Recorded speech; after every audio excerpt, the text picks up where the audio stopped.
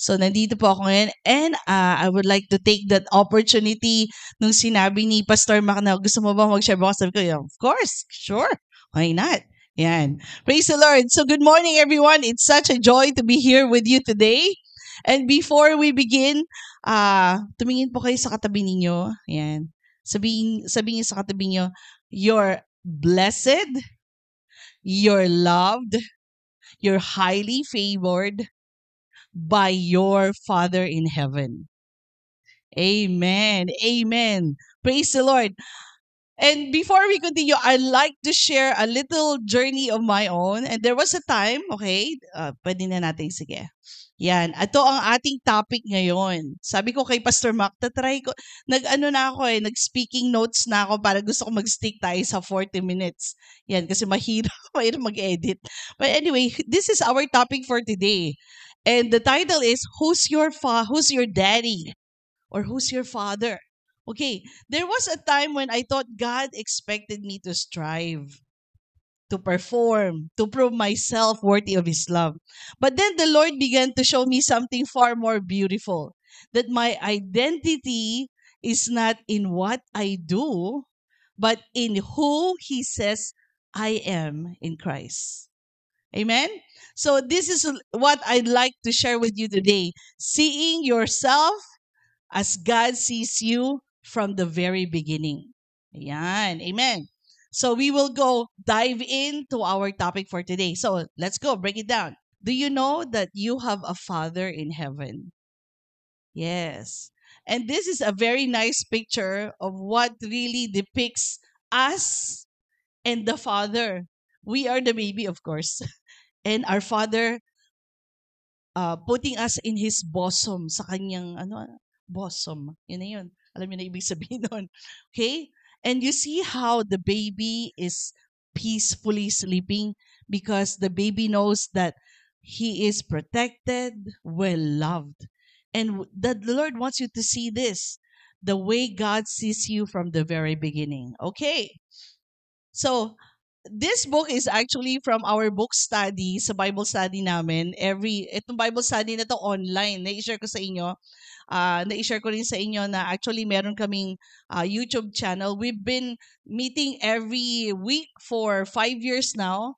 Online kasi iba-iba kaming lugar. Dati, nag-meet po kasi kami sa Singapore. Tapos nung nag-disperse kami kasi yung ibang mga ka-choir namin napunta sa iba-ibang lugar. So nag-meet kami to huddle together during the pandemic to encourage each other. So 5 years na kaming nag-i-study together. And one of our study is Who's Your Daddy? Discover the God that Jesus reveals by Paul Ellis. He's one of my favorite author.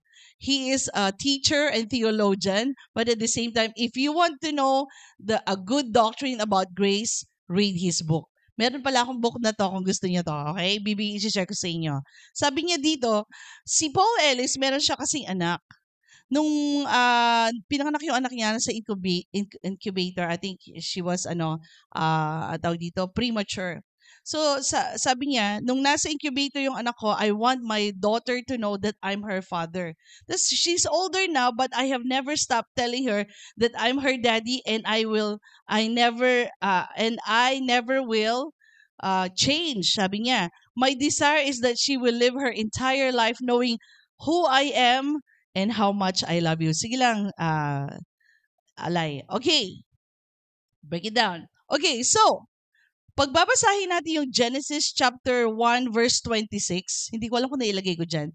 If you can open your Bible in Genesis 1 verse 26 to 27. It says here, when God said, let us make man in our image, in our likeness, He was declaring our true nature and destiny. You see, think about it. Adam and Eve were placed in a finished environment. Parang yung baby, nung pinangabago, okay, hindi kasi natin ugali mga Pilipino to, pero I think may instinct ang parents na bagong mga anak yung nanay, ire-ready na kung may nursery, may kwarto, may crib yan, may damit yan, may chipon yan, bottle, so on and so forth. You understand? Sa amin, hindi ko maintindihan yan kasi hindi pa ako parent. Pero, pag tumatanggap kami sa trabaho ko, pag tumatanggap kami ng mga estudyante, we make sure the environment is ready bago dumating yung bata sa eskwelahan namin. Just imagine, Adam and Eve, when they were placed in the Garden of Eden, everything was finished. Ibig sabihin, set up na. Di ba? God created on day 1, day 2, day 3. At huling niyang kinreate si Adam and Eve bago siya nagpahinga. Why? Because He want everything to be ready when Adam and Eve comes. They are surrounded by grace, beauty, and provision. God looked at mankind and said, very good. From Adam's fall to the present day, we walk far. Alam niyo ba, we walk far below the abundant life that God designed for us to walk in. Our perception has been distorted. Actually, we have been taught to see life and ourselves through our circumstance. Oy, nako, nararanasan mo yan kasi, bigay yan ni Lord. I have a discussion with my share ko mamaya. Na-distort yung perception natin. Tandaan ninyo, your perception is your reality. Paano ba natin sa Tagalogin yun? Kung paano mo nakikita mga bagay-bagay, yun ang realidad mo. And when Adam and Eve were created, they were created in a finished environment with grace and beauty. But all throughout, even to that day, their perception of themselves, of God, how sees them, was distorted. Mamaya, ma-figure out natin yan. Through others' opinion. O, through others' opinion, kailangan, may sakit ganyan, kailangan ganun, that's kailangan ganun. Kasi, pag ganyan, you know what I mean? Oo nga, tama sila. Oh, hello? Tama sila. So, nadidistort yung perception through our circumstance, kung paano tayo tinuruan sa buhay, at sa opinion ng iba. And through our wrong understanding, sa maling pag-unawa natin, kung sino nga ang Diyos at kung paano niya tayo nakikita. Okay? May may historical value. Nako, Ella, stick to your topic. Okay. Okay, let's go. Next. Okay. Sabi dito, Genesis 1:26 says, and God, yung word na God, pag titignan mo niya sa interlinear Bible, ang translation niyan is Elohim. Ibig sabihin niyan, Father, Son, and Spirit. So ngayon alam niyo na that the triune God was at the beginning. Kung titignan niyo siya yung interlinear Bible pala, yun yung original text ng Bible. Kung gusto niyong ma-avail yun, ready, tawag dito yun, free yun online. So kung i-click mo yung the word God, sasabihin niya kasi di ba ang New Testament isinulat sa Hebrew word. Old Testament. Ang New Testament sa Greek. Naintindihan nyo, last time shinare ko sa inyo, hindi mo maunawaan yung context hanggat hindi mo malaman kung anong lingwahe siya sinulat. Kunwari sabihin natin, Lods, musta ka naman? Libre naman dyan, Lods. Kung taga-Amerika ka, ano to ibig sabihin ng Lods? Baka yun ang maraming load to, you know? Pero pag context nating mga Pilipino, alam nating Lods, ha? Alam niyo ibig sabihin ng Lods. Ganun din yung Bible. Para maunawaan mo yung context. Sabihin mo, context is key. Importante yung context. Kasi, pag mali yung pagkaunawa mo ng context, hindi mo maunawaan yung sinabi. Correct? Right? So, context is key. So, pagbabasahin mo kung gusto mo malaman yung ibig sabihin ng God, sinulat siya sa Hebrew, the word God is actually means Elohim, that means Father, Son, and Spirit. Continue tayo And God said, let us make man in our image and according to our likeness so that they will have dominion. Dominion. Ano ibig sabihin ng dominion? Over all things. Naintindihan niyo ako? Importante to. Lalo na ngayon na nakikristo na tayo. Okay. You can't know who you are until you know whose you are. Sige. I-digest natin yan. Hindi mo malalaman kung sino ka hanggat hindi mo alam kung kanino ka galing. Ganun yun, Di ba? Daming Tagalog ko? Correct, Okay. The gospel is not a message about filling heaven with orphans. Ang mabuting balita ay hindi patungkol sa pagpuno ng langit ng mga orphan. Ano ba Tagalog ng orphan? orphans, yung walang mga magulang. The gospel is not about that, but it is filling the earth with sons and daughters of God. You understand me? O, anong ibig sabihin nito? Okay, let's continue. Tingnan natin. The only life the Father is looking for you. Hindi ko na sasabihin for us, pipersonalin na natin to. The only life the Father is looking for us to live is the one that He has freely given to us, the life of His blessed Son. Yun yung buhay na gusto niyang maranasan mo, hindi sa langit. Pag nasa langit na tayo, ibang level na yon. Gusto niya yung maranasan mo dito sa lupa. You're this side of heaven. Alam niyo kung bakit ko sinasabi na this side of heaven, right? Do you know that you are already in heaven? You are. Yung this side of heaven nga lang, hindi that side of heaven. Naalala niyo yung shinare ko sa inyo? Nasaan ka? You are in Christ. Correct? The Lord, the Father put you in Christ. Where is Christ? He is seated at the right hand of the Father. Where is the Father? He is in heaven. What is heaven? Heaven is the dwelling place of God. My question is, who is the dwelling place of God? Everybody, kunin niyo po yung hintuturo po ninyo. Sasagutin natin to, okay? Pataas po ng mga hintuturo ninyo. Sino ang dwelling place ng Diyos? Ituro mo yung katabi mo. Sabihin mo sa katabi mo, you. Sabihin mo sa katabi mo, you. So, ano ibig sabihin nun? Ulitin natin parang inception to. Where are you? In Christ. Where is Christ? Seated at the right hand of the Father. Where is the Father? In heaven. Okay? What is heaven? The dwelling place of God. Who is the dwelling place of God? So, ikaw. You are walking, talking heaven na naka-black, na naka-lipstick ng orange, at naka-nail polish ng iba't ibang kulay. You understand? I'm not kidding. Tumatawa kayo, You are already in heaven. And Jesus said in John, this is my desire. Sabi, this is the desire of the Father that you may know Him, because in knowing Jesus, you will have eternal life. Do you know Jesus? You are already living your eternal life on this side of heaven. Oh, mind-boggling, no? Ako dito nung first time, oh my gosh! Kaya nga pag pumupunta tayo ng mall, hindi natin maintindihan na wala namang nakapila, but every time na lang na pumapasok ako ng restaurant, o kaya boutique, lahat nila pipila na, dito na nga ako. Why? You bring heaven with you wherever you go.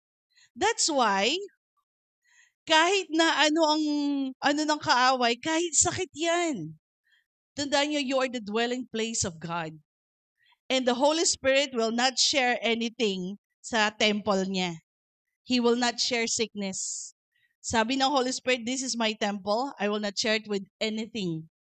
Hindi nga spirito lalo pa kayo sickness. Why? Didiretsuin ko na.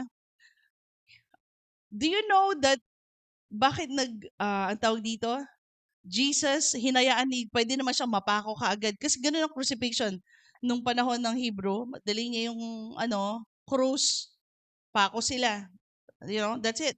Why? But bakit hindi ganun naranasan ni Jesus? At alam natin the passion of the Christ. He was scourged. He was beaten to death. Marred beyond recognition. Why? So that today, you can declare, hindi yung parating pa lang nung ginanon niya yung kamay, finished! Tapos na. Nabayaran niya na yung sakit o magiging sakit na mararanasan ng katawan mo. You understand? The Holy Spirit will not share sickness. Kanina, bumabahing ako, naku, Lord, ang allergy na to. Tapos sabi ni Lord sa akin, declare what you want to say. Lord, sabi ko, I am healed. I am whole. I'm the righteousness of God. And thank you because my healing is now. Now, hindi bukas or coming, naku, sa, 20%, 30%. No, your healing is now. When Jesus said it is finished, He meant now. Yes, kaya yes, Mama, di-declare natin, no? Sa, dinideclare ko to sa tuhod ko pag sumasakit. Oh, you're healed na. I want you to know you're healed na. You're whole na. Eh, ba't nararamdaman pa natin yung symptom? Kaya nga tinawag na symptom. Multo, nagmumulto. Symptomas. These are lying symptoms. May testimony si Ate Loida dyan. Yes. May testimony. Amen? Lying symptoms. Alam niyo ba, ayaw ko sabihin ito, pero baka mag-alala sila mama. One day, gumising ako, sakit ng bato ko dito. Tapos tumayo ako, hilong-hilo ako. Syempre, yung unang mindset mo, oh my gosh, high blood pressure. Naku, baka ma-heart attack. Ganon yung mga ano. Tapos sabi ko, tumayo ako.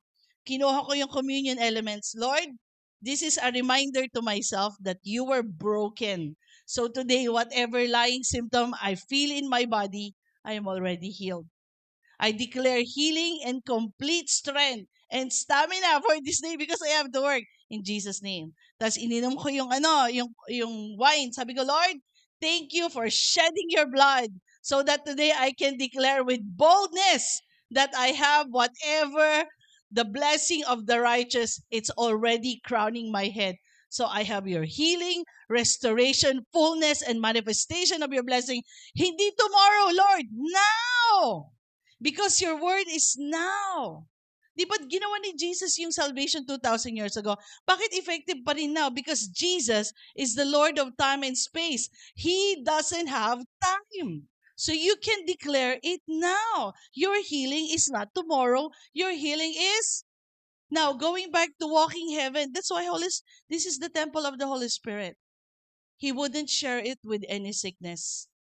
I want you to be assured by your Father today that even when you feel a symptom in your body, it is a lying symptom. It is not from Him. He is not the creator of sickness. Sickness is a result of sin, but we are forgiven. Therefore, there are no consciousness of sin. There are no consciousness of sickness. If you feel that lying symptom in your body, declare what you want to see now, not tomorrow. Diba? Kaya pag naglalagay ako ng serum o kaya yung mga retinol, Lord, thank you because my youth is renewed as the eagles. Diba? My eyes will not grow dim, my strength will not abate, or my memory deplete, but in all of these things I will be renewed as my days are, so shall my strength will be. Ako ba, ilalagay pala to sa internet? If I'm 48, my strength is 48. Stronger. Amen? Hindi kasi, nararanasan mo niyan kasi perimenopausal ka na, tumatanda ka na. Ikaw lang. Ikaw lang. Hindi ako. Di ba? Hindi ako nagdi-deny. Saan ka nakita ng 99 years old na si Sarah at nagustuhan ng isang pharaoh? Itong mga sila yung tingin-tingin lang sila. Hindi sila pwede, ano ba yung kulubot? No, dinisar siya ng Pharaoh at binenta naman siya ni Abraham. Sige, kapatid ko po yan. O di ba? 99 years old. Kaya sabi, pag tumatanda ka na, ikaw lang. Hindi ako yan. Di ba? Yan ang declaration mo. Ako hindi. I'm getting younger. Why? Hello? Divine exchange. Jesus died broken, bruised. So that this body, hindi yung body ko sa heaven, hindi ko kailangan ng healing sa heaven. So that this line will be dissolved. Hello? Nag-usap kami ni Ate Sita kanina. Sabi niya, bumabata ka, para wala nagbago sa'yo. Sabi ko, thank you. Yung lines ako, sabi niya, hindi halata. Sabi ko, gumagana na yung declaration. Sabi ko, ayoko lang yung puting buhok. Sabi ko, nag-start yan na vaccine ako eh. Bigla na lang silang umusbong. Tapos habang nag-uusap ko yan, kailangan ko i-declare pati sa buhok ko. O diba? Hindi ko, nakalimutan ko buhok ko eh. Are you here? Hindi ako vain. I'm just telling you the truth. Because of our perception in life has been distorted. Because of what people say. Sabi ng doktor. Okay, I'm not against doctor. Doctor helped me a lot. Diba? Magda-diagnose sila, correct. Because that's their job. Ako nga, vocal coach ako, nagda-diagnose ako ng boses, tapos hini-help ko yung singer to utilize their voice. That's what I'm doing right now. Doctors are there to diagnose. Okay, for what? Okay, sandali, para magkaroon ka ng precaution, but it doesn't mean that's your truth. Your truth is, you are whole. You are strong. You are healthy. Why? Jesus already died for it. You understand? The doctor will diagnose, but the Lord, God's word, has the final say. At ano sabi ng word of God? You're healed. You're healthy. You're strong. Kapag naniniwala kayo, mag-amen kayo. Hello? Yes! Hindi pwedeng tahimik lang kayo. Sige, sabayin niyo ako. Amen? Diba? Are you whole? You're healed. You're healthy. You're young. Yung mga katulad ko na young at heart, young din tayo sa mga mukha at katawan. Hindi natin sasabihin na, tumatanda, perimenopausal, ikaw lang. Oh, hindi ako. Di ba? Ikaw lang. Are you here? Yeah, pinapatawa ko lang kayo. So, anyway, think about it. Adam and Eve were placed in a finished environment surrounded by grace and beauty and provision. God looked at mankind and said, tinignan siya nila ng Diyos. So, very good. Tingnan mo katabi mo. This is how the Lord looks at you right now. Tingnan mo katabi mo, sabi mo, very good. Yung sa kabila, baka may yung kabila. Sabi mo, very good. Yeah. So, what does this mean? Alam niyo ba, the Hebrew word, mankind was created as image and likeness of the Father, Son, and Holy Spirit, full dominion over all things. Sige, diretso. And then place them in a finished and complete prepared environment, included in intimate face-to-face relationship with Him. Sige, continue. This is what God saw. God saw their beauty.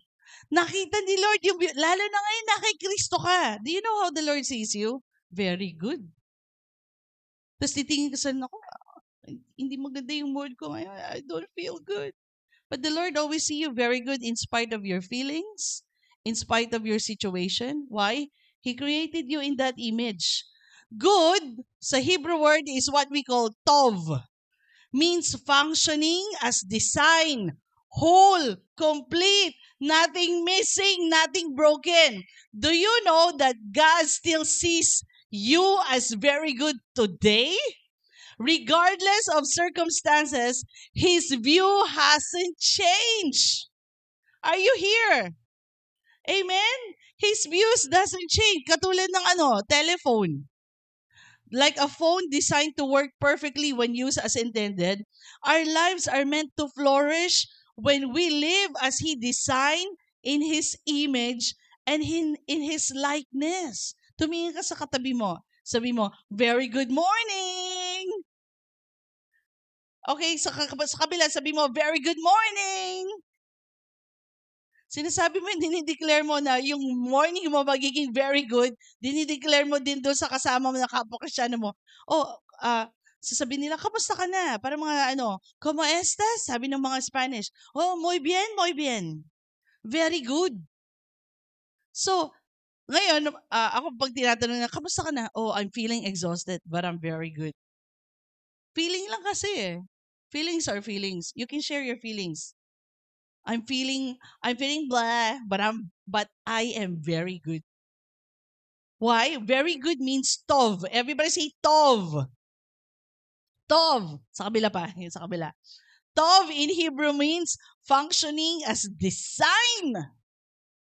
Completely enclosed in and surrounded with grace, beauty, love, health, and prosperity. Whole and complete. Kahit may nararamdaman ka sa mga sakit-sakit. I am very good because you design me as it is. Are you here? Okay, pero may problema. The problem is, we are forgetting who we are. Sige, basahin natin yung Deuteronomy. Nilagay mo kanina yan eh. Okay. Adam fell in his understanding of God's identity and his own identity as God's image and likeness, designed to rule and reign the earth. And mankind, after him, continued to fall farther and farther from the truth. They have forgotten who they were and who God was. Sabi sa Deuteronomy 32 verse 18, you forgot the rock who fathered you and forgot the God who gave you birth. Deuteronomy says mankind was unmindful and had forgotten. Are you here? Sabi ng Mirror Bible, you have forgotten. The truth is, we have forgotten. Amnesia ba? Temporary amnesia. Or, it's not a matter of temporary amnesia. It's a matter of not listening. Kanino ka nakikinig? Magandang umaga po at ngayon ay Lunes.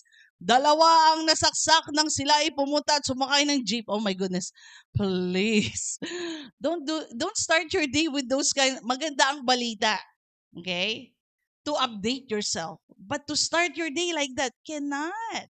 Please don't. That's why we forget because we don't read. We don't listen. Ako I start my day with devotion. Hindi kailangan na, I mean, kanya-kanya tayong practice, kanya tayong lifestyle. Because my lifestyle is quite busy while I'm putting my makeup on and listening to the Word of God. Hanggang ano yun, kasi pag nagre-ready ako and everything, mga 1 hour and a half ako. So instead na idle ako naglalagay ng eyeliner, nakikinig ako ng Word of God. Tapos, yes, amen, Lord! Habang naglalagay ng blush on. Tapos, yes, Lord! This is setting spray. You understand? Start your day with the Word so you'll never forget. Pero ano ba yan? What is the Father's heart? Di ba sabi ko, you start your day with the Word of God. Because we tend to forget. Alam niyo ba yung mga bata? Kaya nga inano tayo as sons, children. Children. You know why? Makakalimutin yung mga yan. Although yung iba maalalahanin, but most, generally speaking, ang bata, pag rumanas na niya ng experience, yung for the moment lang. Kung hindi mo siya i-remind, makakalimutan niya. Lalo na yung mga lesson. That's why repetition makes memory. So, ibig sabihin, the more you repeat, the more they learn. So, the truth is, we become unmindful of our union. Okay? Alam niyo ba yung story ng prodigal son? Actually, mostly nagfo-focus tayo sa prodigal son, correct? But what if we focus on the father instead? The father is actually the one prodigal. Ha? Ano ba yun? Alam niyo ba ibig sabihin ng prodigal? Prodigal means lavish, extravagant, unrestrained. Saan ka nakakita ng tatay na hindi pa patay at hinihingi ng anak niya yung mana niya at binigay niya naman? Saan ka? Wala. Seriously, wala. Yung prodigal son lang. You see, the father was the prodigal. Hindi yung, ang inisip natin yung prodigal ibang meaning Pero the prodigal is actually meaning lavish, extravagant, unrestrained. So while the son was still a long way off, the father ran, embraced him, and restored him. The son was always a son. Kahit nasa pig pen siya, son pa rin siya. You see the heart of the father? I know I've been talking about Jesus, but because of Jesus, now I will talk to you about the heart of your father. The son was always a son, even in the pig pen. His identity didn't change with his behavior. No, kaya nung bumalik siya, the father ran to him, put a ring on put a new robe, nagpakatay ng baka, no? Baka. He's always a son. His identity didn't change with his behavior, and neither does yours. You understand? Bakit ko sinasabi ito? Because your sonship is not based on your faithfulness. Your sonship or your daughtership does not depend on your faithfulness or on your love for God. It is based on Jesus' faithfulness and on Jesus' love for you. You became the sons and daughter because of Jesus. So, minsan may mga off days tayo that we don't feel like praying, we don't feel like worshiping, but it doesn't mean it changes our identity. Kasi sinasabi ko sa inyo, feelings are feelings and God created us with it. And praise God, our salvation, our identity does not depend on our feelings, but it depends on what Jesus did. Amen? Hebrews 3 verse 6 says, Christ is faithful over God's house as a son, and we are that house. We are sons, not servants. Oh, basahin natin dito sa Galatians. Can you see how foolish it would be for a son to continue to live his life with a slave mentality? Hello? Saan ka nakita ng prinsipe? Pero yung utak niya, slave. Would you? No. Your sonship qualifies you to immediately participate in all of God's wealth, of God's inheritance, which is yours because of lahat ng blessing sa'yo. You can have it. You can participate on it. All of the blessing from the Lord is yours because of, come on, answer me. Bakit ka na-save? You were saved because of, come on. You were saved because of, so close na kayo ni Lord, literally, like, close na kayo. Is it because of your behavior? No. Is it because of, so yung blessing na mararanasan mo at nararanasan mo, o pwede ka mag-participate sa blessing na yun, yung wealth of what the Lord has given us, you can participate because of, not because of what you do, not because of your feelings, not because of your behavior. Isn't that prodigal? Napaka-prodigal ni Abba, no? Are you here? Amen. So, let's continue. You are no longer a servant. Sabi mo sa katabi mo, you are no longer a servant. Sabi mo sa kabila, hindi ka na servant. Sabi mo sa kabila, you are a son or a daughter. Sabi mo, you are an heir of God. A servant worth is tied to the performance. Di ba?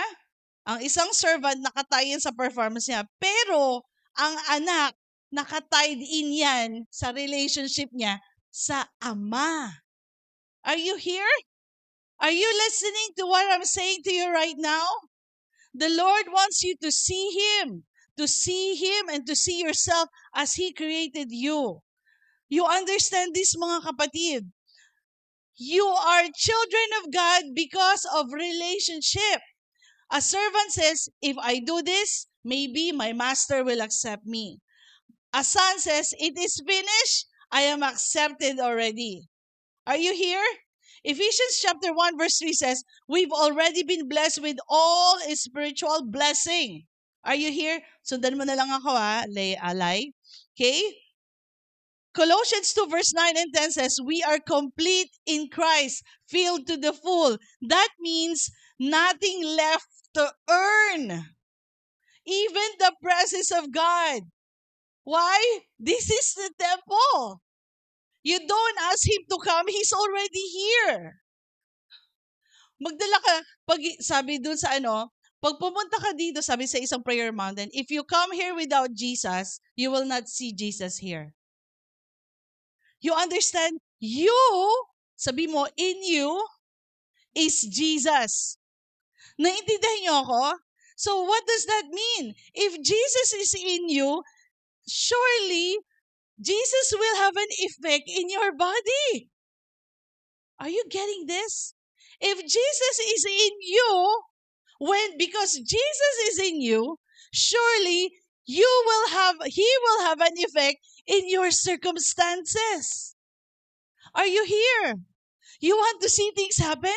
Declare it. Why? Jesus is in you. There's nothing left to earn, nothing left to prove. Because in Jesus, you are complete, you are whole. Do you get me? You can just go to a place and you know the presence of God is there. It's just a matter of you being aware of it. Hindi ko nararamdaman yung presence ni Lord. Hindi ka kasi aware.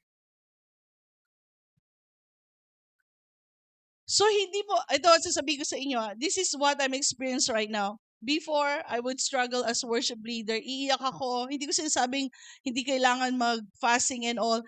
There's a place for it. Lalo na may purpose ka. You have a purpose. Let's say, tawag dito, magkakaroon ka ng deliverance session. Kailangan mo yung kailangan mong mag-focus. Para bang pag magte-training sila for a certain competition, kailangan yung training. May purpose yung, ang tawag dito, yung pagfa-fasting, yung pag-speaking in tongues, yung pagfa-focus, because there will be a training, or should I say, sasabak sila sa isang sitwasyon. But what I'm telling right now, I used to be like that. Magwo-worship lead ako. Struggle ko every Sunday, magwo-worship lead ako. Kasi, Lord, mararamdaman ba namin presence mo? Parati ako nag-aalala. Paano kung hindi namin maramdaman ang presence mo? Meron pa naman kaming, we used to have a member before, lalapit yan after ng I did not feel the presence of God. Gagano siya. And I'm the worship leader, Trauma ba? It's very traumatic. Kilala ni Mami yan. Harinawa, I think, I don't know if he's still alive. Pumanaw na daw. At I'll see you, Brother Bob, in heaven. Okay. Teka, lalapit yan. Ayoko yung rendition niyo na Amazing Grace. My goodness, Lord. Diba, yun yung struggle ko as worship leader. Even I used to struggle when I was preaching. Ano mararamdaman ba nila? Okay, ganito Just be aware that para siyang switch ng light. Pag i-on ko ba, iilaw ba yung ilaw? Do you think of that? Ganun ba iniisip nyo na, switch ko yung ilaw, mag-on ba? Of course not. Switch mo ilaw on, automatic, right? I want you to feel the same with the presence of God. Switch the on button. Thank you, Lord, you're here. I can speak in tongues right away. Shandarabakasandari his barashondarara, and then I can just turn it off. Because the Holy Spirit is a gentleman. Hindi siya yung, ay, naku, Holy Spirit. Ano yun napoposes yun. Kaya ang tinawag na possession. The Lord is not possessing us. He's a gentleman. I can just turn it on, turn it off. You understand? Bakit ko ito sinasabi? It's you being aware. When you turn on the switch for the light, naku, iilaw kaya. You don't. You just turn it on, you switch. Ganon din sa presence ni Lord. Ganon din yung anointing. Why? Jesus is in you. Nothing to prove, nothing to earn anymore. So ano gagawin mo? Just be aware You become aware. Kunwari may nagkakagulo, ang gagawin ko, Lord, thank you for your presence right now. I will just close my eyes. Thank you for your presence. Kasi I want to be aware, lalo na kung may conflict around, pag nag-aaway na yung mga teacher, kasi mga babae kami, emotional, nagbabangay na yan. Lord, I just declare peace right now. Actually, kahit di ako nagsalita Dahil andun si Jesus, may peace. Are you here? Hello? Are you here? Are you listening to what I'm telling you, mga kapatid? Amen? So there's nothing left to earn, nothing left to prove. You are whole. You are complete. He is with you, in you. So the Father's tenderness, Jesus came to show us the Father is like. If you've seen Jesus, you've seen the Father. Naintindihan niyo ako? Dati parati kong I talk about Jesus, and because of Jesus, I've seen the heart of my Father. Kasi I used to have a mindset that God is distant, God the Father is distant, and God the Father is punitive. Pag sinabi ng punitive, yung parang meron siyang eyeglass na, tingnan nga natin kung kailan magkakamali si Ella. Hindi siya ganun. Hindi siya maparusa. Sasabihin ko kung bakit ganun ang tingin natin. Kasi ganito yun. Merong historical background. Nung bago tayo sinakop ng Kastila, alam niyo ba yung salitang opo? Ang actually, nanggaling yun sa word na oo, poon. Konting educational muna bago tayo oo, poon. So from oo, poon, naging opo. Yung poon na yon, ibig sabihin nun, we are innately good. O diba? Ganon tayo mga Pilipino. We believe in, we are innately good. You understand? So when the Spaniards came, sinakop nila tayo, right? At ang mga Spanish, lahat ng sinasakop nila, gusto nila magbabago yung religion. So inintroduce nila yung Catholicism, yung relihiyon. Okay?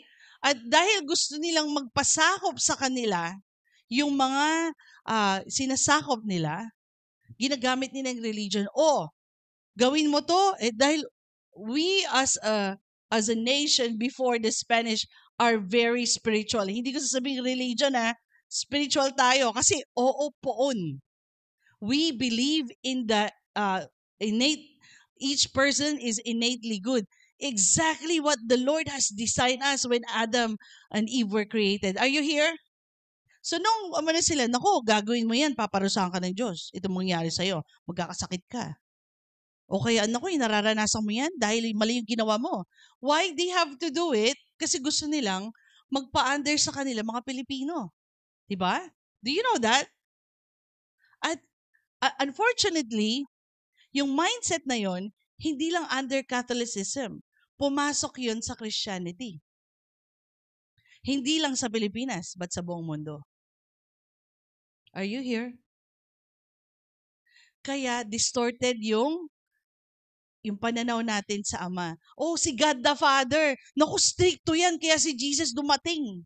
Alam mo ba, iniisip dati, parang, oh, ito si Jesus, ito si God the Father, ito si Jesus. Si God the Father. Nagkasala sila. Puntahan mo nga sila at mamatay ka para sa kanila. Sige, Ama, parang, ito, ganito ang tingin natin. Sige, Ma, akong bahala, mamamatay ako for them. Diyan ka lang, huwag ka magalit. God the Father is not like that. He is just, na pag nagkasala ka, kailangan, babayaran mo yung kasalanan with a death. He is a just God. But because He loves us, He knows we cannot, hindi natin pwedeng i-meet yun. Pag namatay tayo, how to save ourselves? How? You're dead That's why He said, Jesus, I love humans so much. I love the world so much. Kasi siya yung nagpataw nung justice eh. But He cannot, hindi siya pwedeng mag-intervene kasi siya yung nagbigay ng standard. So sabi niya kay Jesus, I love them so much but I know they cannot meet that standard. Would you come and die for them? Sabi ni Jesus, oh Father, alam mo naman mahal ko din sila kasi mahal mo sila. Are you here? How do we know that Father is like that? Because of Jesus. Nakita mo yung heart ni Jesus? Sabi ni Jesus, if you see me, you've seen the Father. You see, God is not a distant God. He's not punitive. Amen? He is Abba, your daddy. Sabi mo sa katabi mo, Ama. Iba kasi yung Abba eh. Napaka-intimate ng word na Abba. Ama. Picture Him hugging you and laughing you, even dancing with you. Zephaniah said, the Lord rejoices over you with dancing. So pwede tayong mag-dance class. No, I'm just kidding. You understand? Sumasayaw din pala si Abba? Yes. He rejoices over you with dancing and singing. Hindi ko nga lang alam kung ano yung music niyong dalawa ni Abba. What does this mean? As Brennan Manning said, God love you as you are, not as you should be. Because none of us are what we should be. You understand? This is the Father's tenderness and it's for you. Okay? Sige, move tayo. So what does this mean for us? Lalanding tayo ah. See yourself as Jesus saw Himself. It means we stop striving and start living from the reality of our union with Christ. Sabi mo, union. Alam niyo ba ibig sabihin ng union, ha? Hindi yung onion na kailangan mo.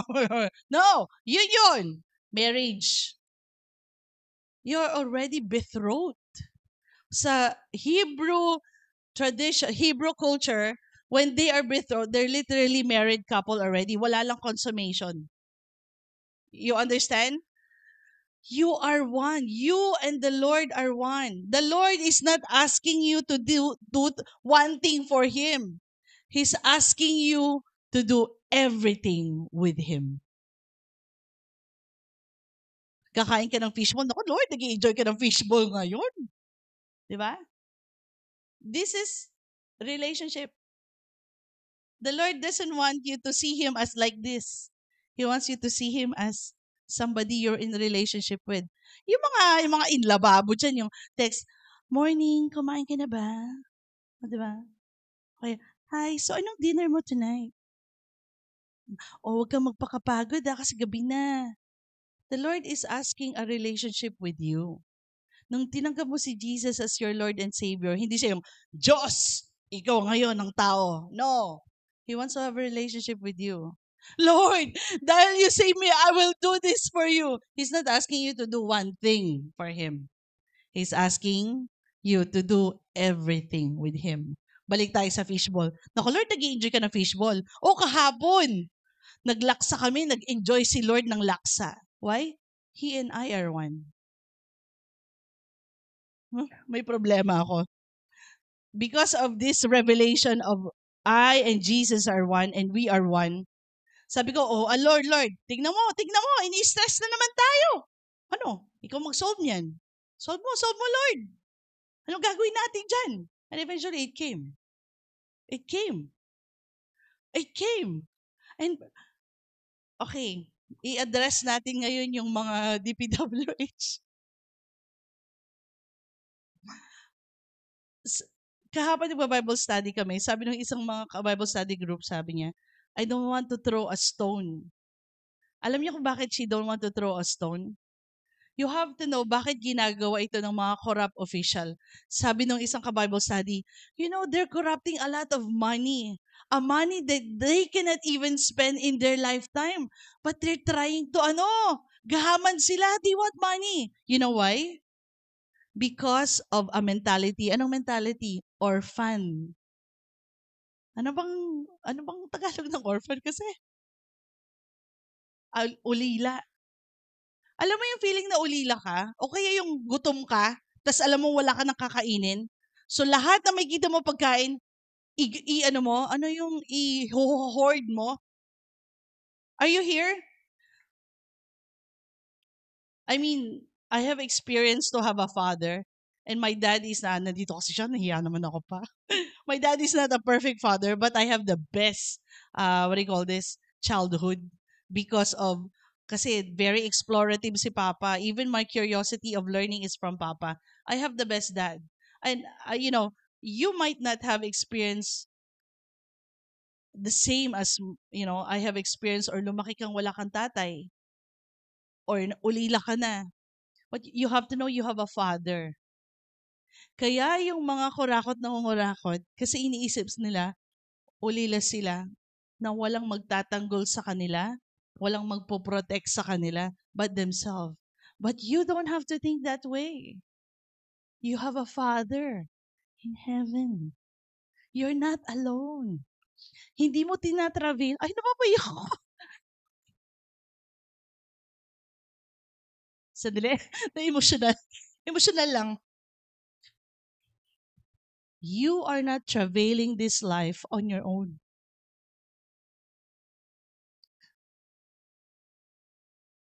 Sorry, napaiyak na. Ano ba yan? You're not alone. When you're feeling alone, matatakotin ka, correct? When you're feeling alone, you make decisions na alam mong ipapahamak ka, pero you still make decisions. Why? You're scared. Walang magtatanggol sa'yo.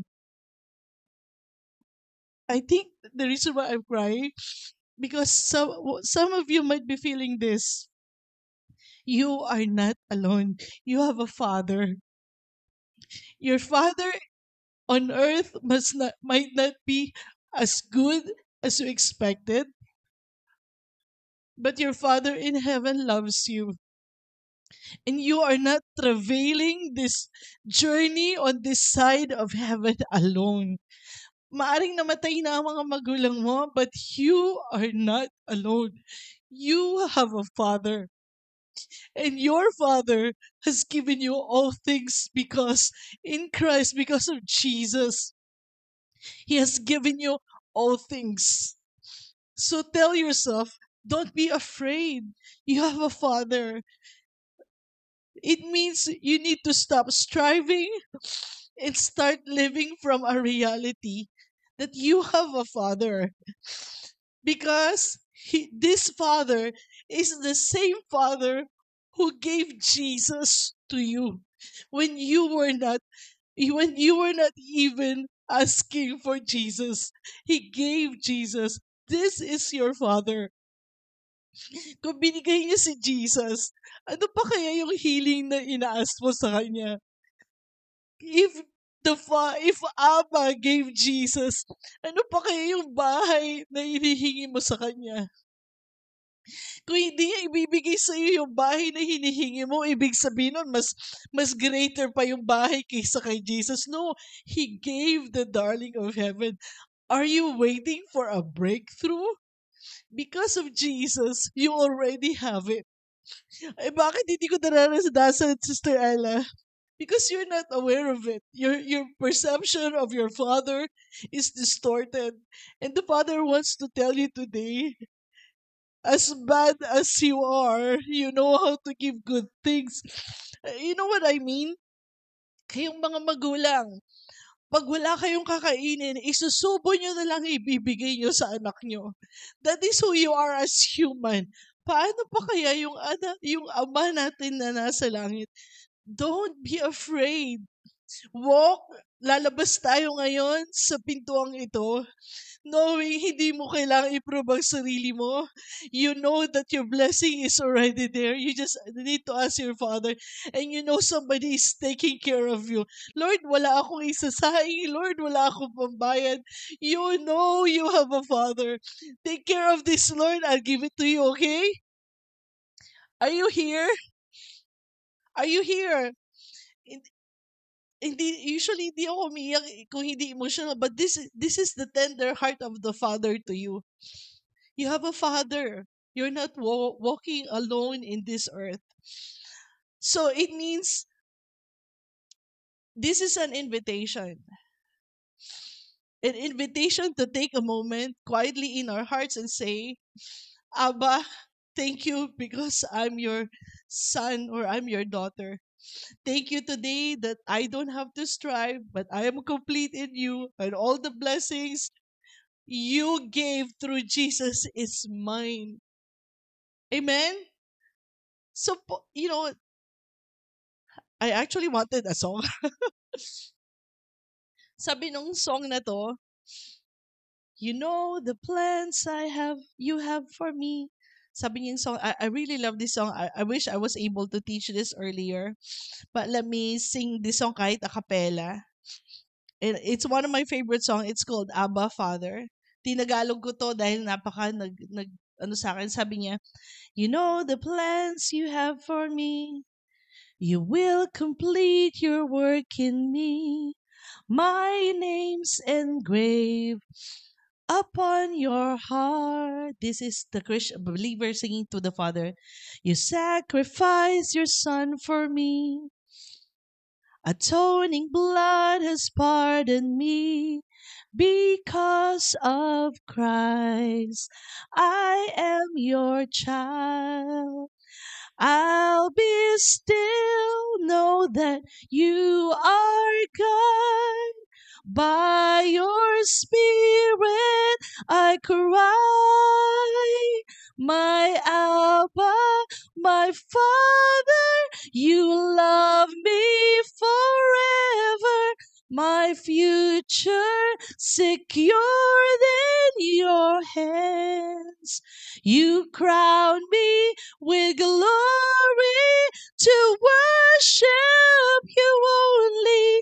To none else will I bow my heart, for you are my Abba, my God. You're not alone. And this is the message of the Lord for you today. Change your perception of your Father. He loves you. He loves you.